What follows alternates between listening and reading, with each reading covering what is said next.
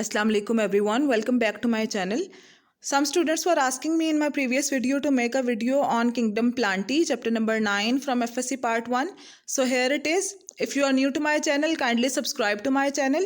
You can also follow me on my Instagram. The link of my Instagram is on the screen right now and it is also in the description of this video. So let's start with the lecture. Kingdom Planty. Kingdom Planty includes all the plants. Kingdom Planty is further categorized into two major categories: non-vascular plants and vascular plants. Non-vascular plants include bryophytes and vascular plants include tracheophytes. Classification of plants: non-vascular plants आते हैं. Non-vascular plants, bryophytes. Non-vascular plants are those plants which do not have xylem and phloem. And vascular plants are those plants which have a well-developed xylem and phloem. And vascular plants are tracheophytes.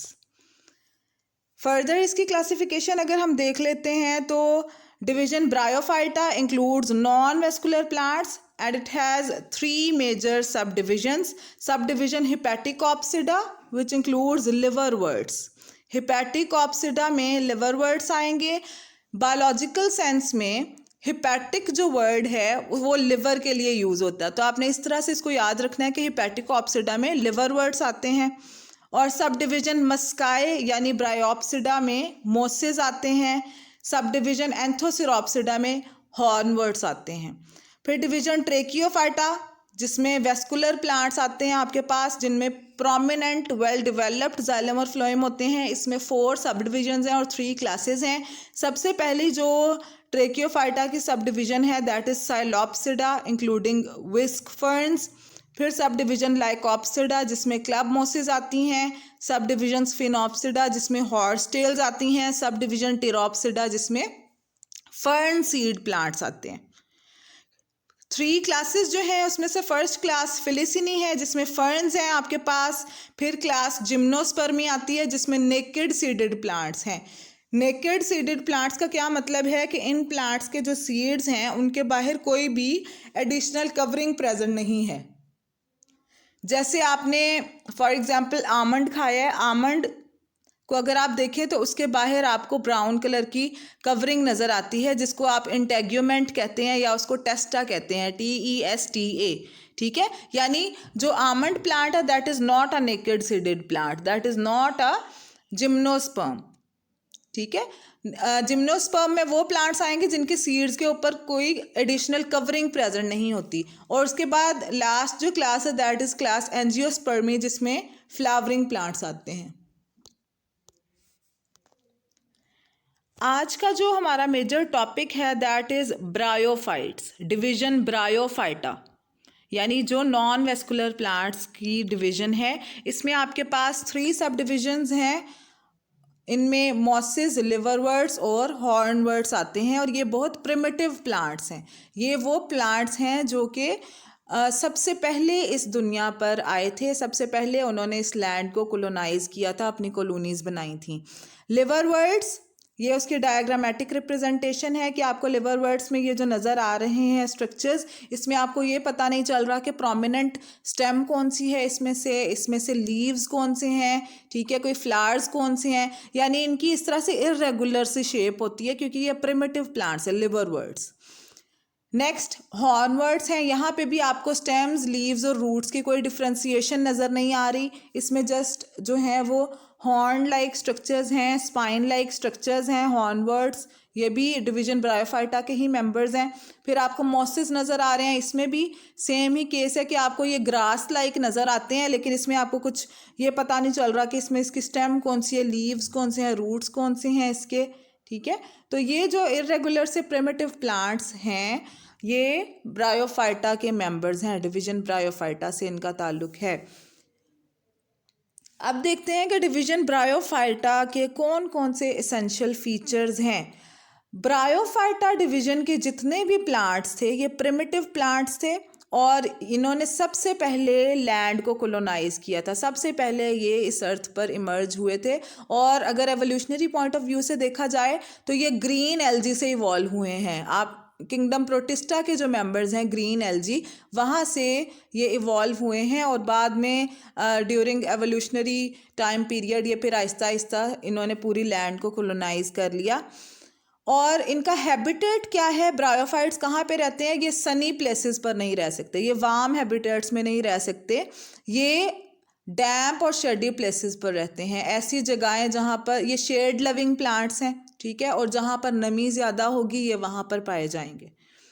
और इनके essential features क्या है कि इनमें conducting tissues जो हैं यानी prominent xylem और फ्लोएम वो प्रेजेंट नहीं होते। इसके अलावा इनमें स्ट्रेंथनिंग टिश्यूज़ भी प्रेजेंट नहीं होते। स्ट्रेंथनिंग टिश्यू में आपके पास स्क्लेरेनकाइमा सेल्स आते हैं, कोलेनकाइमा सेल्स आते हैं, जो कि हायर प्लांट्स में प्रेजेंट है, लेकिन ब्रायोफाइट्स में ये प्रेजेंट नहीं होते। अब यहाँ पर क्वेश्चन ये आता है कि इनमें कंडक्टिंग टिश्यूज़ तो है नहीं, ना इनमें जाइलम है, ना इनमें फ्लोएम है, तो ये किस तरह से जो है ये वाटर को किस तरह से ट्रांसपोर्ट करते हैं, ये फूड को किस तरह से ट्रांसपोर्ट करते हैं। तो इसमें वाटर और फूड की जो ट्रांसपोर्ट है वो थ्रू ऑस्मोसिस और डिफ्यूजन होती है। वाटर की ट्रांसपोर्ट थ्रू ऑस्मोसिस होगी, ठीक है, movement of water molecules from the area of higher concentration to lower concentration. उसके अलावा ये डिफ्यूजन के थ्रू फूड की ट्रांसपोर्ट करते हैं, यानी movement of food from the area of higher concentration to lower concentration, ठीक है। इनको movement of food and water के लिए जाइलम और फ्लोएम के कंडक्टिंग टिश्यूज़ की ज़रूरत नहीं होती। उसके अलावा इनमें कौन सी एसेंशियल कैरेक्टरिस्टिक है कि इनमें क्यूटिकल प्रेजेंट है। जिस तरह आपने आजकल के प्लांट्स में देखा है कि क्यूटिकल होती है, लीव्स के ऊपर एक वैक्सी कवरिंग होती है जो कि ट्रांसपायरेशन को रेजिस्ट करती है, ट्रांसपायरेशन को होने से रोकती है, वो इनमें बननी स्टार्ट हो गई थी। क्यूटिकल प्रेजेंट ज़रूर है लेकिन एक थिन लेयर है क्यूटिकल की, क्यूटिकल बहुत ज़्यादा इनमें जो है वो थिक नहीं है, ठीक है। और जो ब्रायोफाइट्स हैं इनको एम्फीबियंस ऑफ प्लांट्स कहा जाता है। इनको एम्फीबियंस ऑफ प्लांट्स क्यों कहा जाता है, क्योंकि इनको वाटर चाहिए अपने रिप्रोडक्शन के लिए। एम्फीबियंस में कौन से ऑर्गेनिजम्स आते हैं, फ्रॉग्स वगैरह, ठीक है। अगर आप एनिमल्स किंगडम एनिमेलिया की बात करें तो उनमें एम्फीबियंस वो ऑर्गेनिजम्स हैं जिनमें फ्रॉग्स आते हैं। अब फ्रॉग्स अपने एग्स कहाँ पे ले करते हैं, एक्वेटिक एनवायरनमेंट में, वाटर के अंदर अपने एग्स को ले करेंगे, क्योंकि जो एम्फीबियंस हैं उनको भी रिप्रोडक्शन के लिए वाटर की ज़रूरत होती है। तो ब्रायोफाइट्स को हम एम्फीबियंस ऑफ प्लांट्स इसलिए कहते हैं क्योंकि इनको भी अपनी रिप्रोडक्शन के लिए वाटर की ज़रूरत है। सो let us have a reading of this passage. The first plants to colonize land were the bryophytes. They are generally thought to have evolved from green algae. सबसे पहले प्लांट्स जो लैंड पर emerge हुए थे वो ब्रायोफाइट्स थे, और ये कहाँ से इवॉल्व हुए हैं, ग्रीन एल्जी से। The bryophytes are poorly adapted to live on land and are mainly confined to damp and shady places. और ये प्लांट जो हैं ये लैंड पर सर्वाइव नहीं कर सकते। लैंड से यहाँ पे क्या मतलब है कि वार्म इन्वायरमेंट में नहीं रह सकते, सनी इन्वायरमेंट में नहीं रह सकते, ये डैम्प और शेडी प्लेसेस पर रहते हैं। These plants are devoid of specialized conducting xylem and phloem and strengthening tissues. It means that they do not have prominent xylem and phloem, and they do not have sclerenchyma and collenchyma cells, which are strengthening tissues of the plant. Only the process of diffusion and osmosis helps in the transportation of water and minerals, as well as in the transportation of the prepared food and the other substances. The plant body is with a proper cuticle or has a very thin one. The water is absorbed by the general surface of the plant. और water जो है इनकी plant की general surface से ही absorb हो जाता है. The bryophytes are said to be the amphibians of the plant world because they cannot live away from water. They need water for their reproduction. Bryophytes need water for their reproduction. This is the diagrammatic representation of bryophytes. आपको नज़र आ रहा है, इसमें आपको prominent जो है वो leaves, roots नज़र नहीं आ रही, प्रोमिनेंट स्टेम्स नज़र नहीं आ रही। ये एक ब्रायोफाइट की कॉलोनी है, एक ऐसा एरिया जहाँ पे ब्रायोफाइट्स जो हैं वो ग्रो किए हुए हैं, और वहाँ इस तरह से ये रैंडमली जो है वो ग्रीनिश सी अपीयरेंस देते हैं उस पीस ऑफ लैंड पर जहाँ पर ये ग्रो करते हैं। नेक्स्ट आपके पास आता है कि इनका गिमीटोफाइट कैसा होता है। अब आपको पता है कि जो ब्रायोफाइट्स हैं these are non vascular flowerless plants. एक तो इनमें जाइलम और फ्लोएम नहीं है और इसमें फ्लावर्स भी नहीं होते, और इनमें एक मेजर फीचर ये है कि ऑल्टरनेशन ऑफ जनरेशन शो करते हैं। दे show alternation of heteromorphic generations. Heteromorphic means morphologically different generations, यानी इनमें 2 जनरेशंस होती हैं, एक गेमिटोफिटिक जनरेशन और एक स्पोरोफिटिक जनरेशन, और इनके पूरी लाइफ साइकिल के दौरान गेमिटोफाइट और स्पोरोफाइट जनरेशंस जो हैं वो ऑल्टरनेट करती रहती हैं। और दोनों जनरेशंस में, चाहे गेमिटोफाइट जनरेशन हो या स्पोरोफाइट जनरेशन हो, इनमें से दोनों में से डोमिनेंट जो है ब्रायोफाइट्स में वो गेमिटोफाइट जनरेशन होती है। जो इनकी गेमिटोफाइट जनरेशन है वो लार्जर इन साइज है, ठीक है, यानी इजीली आपको विजिबल होती है, और स्पोरोफाइट गेमिटोफाइट के ऊपर जो है वो ग्रो करता है। अब गेमिटोफाइट की जो शेप है वो किस तरह की होती है, या तो वो थैलॉइड होगी। थैलॉइड का क्या मतलब होता है? Thalloid is a structure which is not differentiated into roots, stems and leaves. Okay, एक ऐसा स्ट्रक्चर जो ग्रीनिश तो नज़र आ रहा है लेकिन उसमें प्रोमिनेंट रूट, स्टेम और लीव आपको नज़र नहीं आ रहे, ठीक है। जैसे कि काफ़ी लिवरवर्ट्स में ये कंडीशन होती है कि उनका जो गेमिटोफाइट है वो थैलॉइड की तरह होता है, या इसमें अगर कुछ स्ट्रक्चर्स प्रेजेंट भी हैं तो वो प्रॉपर लीव, स्टेम्स और रूट्स नहीं है, ठीक है। लीफ लाइक स्ट्रक्चर्स हैं, स्टेम लाइक स्ट्रक्चर्स हैं, या रूट लाइक स्ट्रक्चर्स हैं जिसको राइजॉइड्स कहते हैं, ठीक है। और ये जो है कुछ मॉसेस में ये कंडीशन देखी जाती है कि लीफ लाइक, स्टेम लाइक और रूट लाइक उसमें स्ट्रक्चर्स जो हैं वो प्रेजेंट होते हैं। और गेमिटोफाइट के ऊपर जो है जो स्ट्रक्चर प्रेजेंट होता है दैट इज स्पोरोफाइट, और स्पोरोफाइट जो है that is less conspicuous generation. Less conspicuous means short lived generation, ठीक है, जिसकी लाइफ बहुत कम होती है as compare to gametophyte. And gametophyte is partially or completely dependent on the sporophyte is partially or completely dependent on the gametophyte for its nutrition। जो sporophyte generation है वो completely dependent है gametophyte के ऊपर, कि gametophyte ही इसको shelter provide करेगी, gametophyte ही sporophyte को protection provide करेगी, और gametophyte ही nutrition provide करेगी। अगर आपको यहाँ डायग्रामेटिकली मैं दिखा दूँ तो ये आपको जो ग्रीनिश सा नज़र आ रहा है ये वाला स्ट्रक्चर, दिस इज़ गेमिटोफाइट, जो कि एक थैलॉइड है जिसमें आपको वो प्रोमिनेंट नहीं नज़र आता कि स्टेम कौन सी है, इसमें लीव्स कौन से हैं। और ये जो आपके पास इलोंगेटेड स्ट्रक्चर्स हैं these are sporophytes, and sporophytes are present on the gametophytes, and sporophytes are fully dependent on the gametophyte for their nutrition. So let us have a reading of this passage. The bryophytes are non vascular flowerless plants. These plants show a regular alternation of heteromorphic or morphologically different generations. इनका major feature ये है कि alternation of generations जो हैं वो show करते हैं। They have a dominant independent free living gametophyte. इनमें dominant independent free living gametophyte होगा, और गेमिटोफाइट का स्ट्रक्चर क्या होगा? This may be a thalloid as in many liverworts, और it is differentiated into structures resembling to stems, leaves and absorbing and anchoring organs, rhizoids as in mosses and some liverworts. The gametophytes produces a sporophyte. Gametophyte के ऊपर ही sporophyte जो है वो emerge होगा, which is less conspicuous generation, partially or totally dependent upon the gametophyte for its nutrition. Next आपके पास gametophyte का आपने structure देख लिया। स्पोरोफाइट का किस तरह से स्ट्रक्चर होता है? स्पोरोफाइट का जो स्ट्रक्चर है उसमें 3 मेजर पार्ट्स हैं, फुट, सीटा एंड कैप्सूल, ठीक है। और स्पोरोफाइट जो है ये डिप्लॉयड स्ट्रक्चर है, और गेमिटोफाइट जो है वो हैप्लॉयड स्ट्रक्चर है। स्पोरोफाइट डिप्लॉयड है, इसका क्या मतलब है? It has chromosomes which are present in the form of 2 sets, and जो इसमें गेमिटोफाइट जनरेशन है दैट इज हेप्लॉइड, यानी a single set of chromosome is present.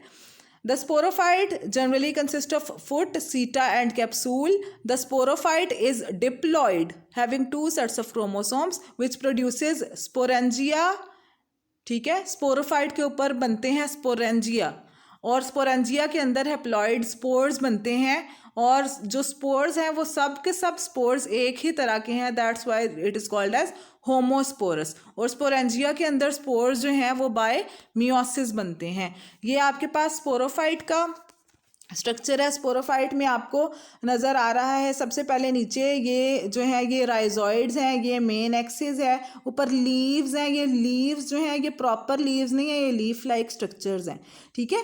और ये इतना सा स्ट्रक्चर जिसमें आपको लीव्स, मेन एक्सिस और राइजोइड्स नज़र आ रहे हैं, ये जो हिस्सा है ये गेमेटोफाइट के अंदर इस तरह से फर्मली जॉइंड होगा, गेमेटोफाइट के अंदर ये प्रेजेंट होगा। और ऊपर गेमेटोफाइट के ऊपर हमें ये जो है सीटा और कैप्सूल वाला स्ट्रक्चर नजर आ रहा है। This structure that is present inside the gametophyte that is called as foot, and above the foot there is seta, and above seta there is a capsule, ठीक है। फुट, सीटा एंड कैप्सूल, ये पूरा जो है वो स्पोरोफाइट का structure होता है। अब नेक्स्ट जो है ये alternation of generations, very important. Alternation of generations में क्या होता है कि स्पोरोफाइट जनरेशन से गेमेटोफाइट बनेगा और गेमेटोफाइट के ऊपर फिर स्पोरोफाइट बनेंगे, और ये टू जो स्पोरोफाइट और गेमेटोफाइट जनरेशंस हैं ये आपस में ऑल्टरनेट करती हैं। तो इसका किस तरह से आप देखेंगे कि सबसे पहले ये आपके पास स्पोरोफाइट जनरेशन है। स्पोरोफाइट के ऊपर क्या है, कैप्सूल है। कैप्सूल के अंदर स्पोरेंजिया होते हैं और स्पोरेंजिया बाय मियोसिस क्या बनाते हैं, स्पोर्स बनाते हैं। ये स्ट्रक्चर स्पोरोफाइट के स्पोरेंजियम का है। स्पोरेंजियम ने क्या बनाने हैं, स्पोर्स बनाने हैं बाय मियोसिस, ठीक है। और स्पोर जो है फर्दर फिर माइटोसिस अंडरगो करेंगे, और माइटोसिस से क्या होगा कि स्पोर्स की जर्मिनेशन से फिर गेमेटोफिटिक स्पोर्स बनेंगे। गेमेटोफिटिक स्पोर्स में ये मेल गेमेटोफाइट का स्पोर है, ये फीमेल गेमेटोफाइट का स्पोर है। जब स्पोर्स जर्मिनेट करते हैं तो स्पोर्स इटसेल्फ जो है वो हैप्लॉइड है, तो वो हैप्लॉइड ही गेमेटोफाइट बनाएंगे। मेल गेमेटोफाइट जो है वो मेल गेमेटोफिटिक स्पोर से बनेगा, फीमेल गेमेटोफाइट जो है वो फीमेल गेमेटोफिटिक स्पोर से बनेगा। मेल गेमेटोफाइट को हम क्या कहते हैं, एंथ्रीडियम, ठीक है। The mail gametophyte is called as antheridium and the female gametophyte is called as archegonium। अब ये जो मेल गेमेटोफाइट है, जो एंथ्रीडियम है, इसके अंदर जो है वो गेमीट्स बनेंगे, ठीक है। मेल गेमेटोफाइट क्या है, एक सेक्स ऑर्गन है जिसके अंदर गेमीट्स बनेंगे। The gametes of antheridium are called as antherozoids, ठीक है। एंथीरोजॉइड्स कह लें या आप इनको इन अदर वर्ड स्पर्म्स कह सकते हैं। और जो फीमेल गेमेटोफाइट है जिसको हमने आर्चिगोनियम का नाम दिया, इसके अंदर जो गेमीट बनेंगे उसको हम कहेंगे एग, ठीक है।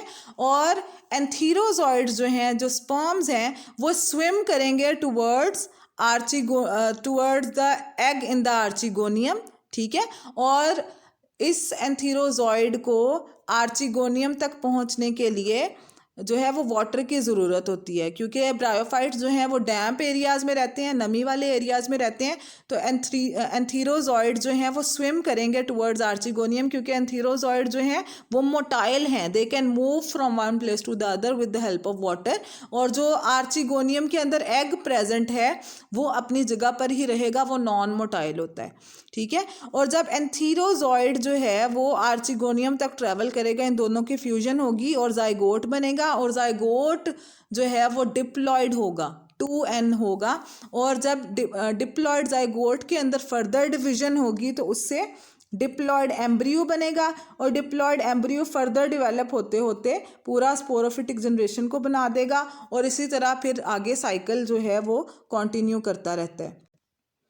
Okay, now let us have a reading of this whole passage. जो आपको ऑल्टरनेशन ऑफ जनरेशन का पूरा साइकिल बताया उसी की एक्सप्लेनेशन क्या है। The spores germinate and they give rise to gametophyte which is also haploid, ठीक है। पहले आपको बताया कि स्पोरेंजिया जो है वो डिप्लॉइड होते हैं, वो हैप्लॉइड स्पोर्स बनाएंगे, और स्पोर्स जो हैं वो अल्टीमेटली फिर जर्मिनेट करते हैं और उससे गेमेटोफाइट बनाते हैं। ये जो स्पोर्स बने थे इन्होंने आगे जाकर जो है वो गेमेटोफिटिक स्पोर्स में कन्वर्ट होना है, और इन्होंने अल्टीमेटली फिर गेमेटोफाइट बना देना है। Multicellular male and female sex organs, antheridia and archegonia respectively, which are born on the gametophyte either on same or different plant. और ये जो gametophyte हैं उनमें से जो मेल gametophyte है उसको हम antheridia कहेंगे और जो फीमेल gametophyte है उसको क्या कहेंगे, archegonia. These sex organs are multicellular and are protected by a sterile covering of cells. और ये जो antheridia और archegonia हैं जो male and female sex organs हैं इनके गिर्द एक प्रोटेक्टिव कवरिंग प्रेजेंट होती है which is called as only a sterile covering of cells. ये जैसे आपको डायग्रामेटिकली अगर बताऊं तो इसके अंदर ये आपके पास एंथ्रीडियम है, एंथ्रीडियम के अंदर ये सारे एंथीरोजॉइड्स पड़े हुए हैं और इसके बाहर जो आपको ग्रीनिश सा ये फ्लोरेसेंट सा एरिया नज़र आ रहा है ये स्टीराइल कवरिंग है सेल्स की. आर्चिगोनियम को देखें कि ये इसके दरमियान जो है वो एग प्रेजेंट है और इर्द गिर्द इसकी सारी स्टीराइल कवरिंग है सेल्स की जो कि एक प्रोटेक्टिव कवरिंग है. Gametes are produced by mitosis और एंथ्रीडियम और आर्चिगोनियम के अंदर जो गेमीट्स प्रोड्यूस होंगे, एंथ्रीडियम के अंदर कौन से गेमीट्स प्रोड्यूस होंगे, एंथीरोजॉइड्स, और आर्चिगोनियम के अंदर क्या प्रोड्यूस होगा, एग, वो जो उसका गेमीट होगा. Male gametes produced within the antheridia are called as antherozoids and antherozoids are motile and always produced in large number. Antherozoids क्या हैं, sperms हैं, these are also always produced in large number. ठीक है, और ये motile होते हैं, they can move from one place to another with the help of water. Female gametes formed within archegonia are termed as eggs. A single egg is formed in each archegonium और एक archegonium के अंदर एक time पर सिर्फ एक ही egg जो है वो बनता है. Fertilization takes place in water. Fertilization जो है वो इनकी water के अंदर होती है. Antherozoids are attracted towards the archegonia. जो antherozoids हैं, जो sperms हैं, वो attracted होंगे towards archegonia यानी egg की तरफ. कीमोटैक्टिकली केमिकल सिग्नल्स के थ्रू, जो एग है वो केमिकल सिग्नल्स ट्रांसमिट करता है एंथीरोजॉइड्स की तरफ और एंथीरोजॉइड्स जो हैं वो फिर एग की तरफ जो है वो मूव कर जाते हैं. A single antherozoid fuses with an egg thus accomplishing fertilization which results in the formation of diploid zygote. और एंथीरोजॉइड जो एक है वो फ्यूज़ करेगा एग के साथ और उससे डिप्लॉयड जाइगोट बनेगा. The zygote is retained within the female sex organ for some time. और जो जाइगोट है वो कुछ देर के लिए आर्चिगोनिया के अंदर ही रहेगा यानी फीमेल सेक्स ऑर्गन के अंदर ही रहेगा ताकि जाइगोट जो है वो प्रोटेक्टेड रहे, एक्सटर्नल एनवायरमेंटल फैक्टर्स उसको हार्म ना कर सकें. After resting period the zygote develops by mitotic division into a diploid embryo. और उसके बाद जब फेवरेबल कंडीशंस आएंगी तो फिर क्या होगा कि जाइगोट जो है वो फर्दर उसकी डेवलपमेंट होगी बाय माइटोसिस और फिर वो डिप्लॉयड एम्ब्रियो में कन्वर्ट हो जाएगा. The embryo ultimately develops into the sporophyte which is also diploid. और जो एम्ब्रियो है वो अल्टीमेटली स्पोरोफाइट में कन्वर्ट हो जाएगा और स्पोरोफाइट क्या है, डिप्लॉयड है. The entire development of sporophyte thus takes place within the gametophyte plant body. अब आपने पूरे लाइफ साइकिल में देखा कि जो पूरी डेवलपमेंट है स्पोरोफाइट की वो गेमेटोफाइट के ऊपर ही हो रही है. Even when the sporophyte is fully developed it remains attached with the gametophyte for nourishment and protection because it does not contain chloroplast and it is unable to perform photosynthesis. और जो sporophyte है वो fully dependent होता है gametophyte के ऊपर. Gametophyte ने ही उसको प्रोटेक्शन प्रोवाइड करनी होती है स्पोरोफाइट को, और स्पोरोफाइट को जो है वो नरिशमेंट भी गेमेटोफाइट ही प्रोवाइड करता है क्योंकि स्पोरोफाइट के अंदर अपने कोई क्लोरोप्लास्ट नहीं है और अपने कोई वो फोटोसिंथेसिस परफॉर्म नहीं कर सकता. There is an alternation of generation in the life cycle of bryophytes. और अब आपने पूरा ऑल्टरनेशन ऑफ जनरेशन का साइकिल पढ़ा कि ब्रायोफाइट्स के अंदर ऑल्टरनेशन ऑफ जनरेशन होती है. Multicellular haploid gametophytic generation alternates with multicellular diploid sporophytic generation. यानी ऑल्टरनेशन ऑफ जनरेशन में क्या होता है कि multi cellular haploid gametophyte generation जो है वो ऑल्टरनेट करती है with the multi cellular diploid sporophytic generation. ठीक है, और ये जो ऑल्टरनेशन ऑफ जनरेशन है ये जेनेटिक वेरिएबिलिटीज़ के लिए रिस्पॉन्सिबल हैं. यानी जो फर्दर जितनी भी जनरेशन्स आएंगी ब्रायोफाइट्स से आगे उनमें क्या होगा कि वेरिएशंस आती जाएंगी and variations are very important for the survival of a living organism. क्योंकि जितनी भी जैसे जैसे टाइम गुजरता रहता है एनवायरमेंटल कंडीशंस हार्श होती रहती हैं तो इसलिए ऑर्गेनिजम्स में वेरिएशंस या जेनेटिक वेरिएबिलिटीज़ का आना बहुत इंपॉर्टेंट होता है ताकि वो एनवायरमेंटल कंडीशंस जितनी भी हार्श हों उसमें सर्वाइव कर सकें. प्रोमिनेंट कैरेक्टर्स अब देखें कि आपने जितने भी ब्रायोफाइट्स को स्टडी किया उनमें प्रोमिनेंट फीचर्स क्या थे, यानी तमाम ब्रायोफाइट्स में वेस्कुलर सिस्टम वाज एब्सेंट, यानी जाइलम और फ्लोएम किसी में प्रेजेंट नहीं है। गेमीटोफाइट जो है वो इसका डोमिनेंट है। Sporophyte is always attached to the gametophyte, और जो स्पोरोफाइट है वो गेमीटोफाइट के साथ अटैच्ड है एंड होमोस्पोरस है। जो स्पोरोफाइट के अंदर स्पोरेंजिया हैं, स्पोरेंजिया के अंदर जो स्पोर्स प्रोड्यूस हो रहे हैं वो सब स्पोर्स जो हैं वो एक जैसे ही हैं इन शेप, ठीक है। तो ये एक ही तरह के स्पोर्स हैं, तो इसलिए हम इसको होमोस्पोरस कहेंगे। Homo means same. Adaptation to land habitat, अब ये भी उसी चीज़ की समरी है जो आपने पिछला अभी सारा लेक्चर लिया कि ब्रायोफाइट्स में कौन कौन सी ऐसी करेक्टरिस्टिक्स हैं जिनकी वजह से वो लैंड पर सरवाइव कर जाते हैं, जिसकी वजह से उन्होंने लैंड पर इतनी देर सरवाइव भी किया। Formation of compact multicellular plant body which helped in the conservation of water by reducing cell surface area expose to dry conditions, यानी ब्रायोफाइट्स में क्या होता है कि कंपैक्ट मल्टीसेलुलर बॉडी जो है वो बन चुकी है, ठीक है। और मल्टी सेलुलर बॉडी जो है वो वाटर को भी कंजर्व कर रही है, क्योंकि जो ब्रायोफाइट्स हैं वो ड्राई इन्वायरमेंट में जो है वो सरवाइव कर रहे हैं, लेकिन अंदर मतलब करना स्टार्ट हो गए हैं और वेट कंडीशंस में वो ज़्यादातर ग्रो कर रहे हैं, लेकिन उनमें ऐसी मॉडिफिकेशंस आ रही हैं मल्टी सेलुलैरिटी के ओरिजिन के साथ साथ कि वो आहिस्ता आहिस्ता अपने आप को अडेप्ट कर रहे हैं कि वो ड्राई कंडीशंस में भी रह लें। Presence of cuticle further reduces loss of water bye evaporation, और इनमें क्यूटिकल जो है वो डेवलप होनी स्टार्ट हो गई है, जिसकी वजह से ये इवेपोरेशन से होने वाले लॉस से जो है वो बच सकते हैं। Development of photosynthetic tissues in special chambers for absorption of carbon dioxide without losing much water and exposure of light. अब ब्रायोफाइट्स का आपने कलर देखा है, ग्रीन कलर है, यानी इनमें क्लोरोफिल प्रेजेंट है, तो जो है ये कार्बन डाइऑक्साइड को भी अब्जॉर्ब कर सकते हैं, और इनमें ये आहिस्ता आहिस्ता अडेप्टेशन आ रही है कि ये लाइट के एक्सपोजर में भी सर्वाइव कर सकें, फोटोसिंथेसिस को परफॉर्म करें।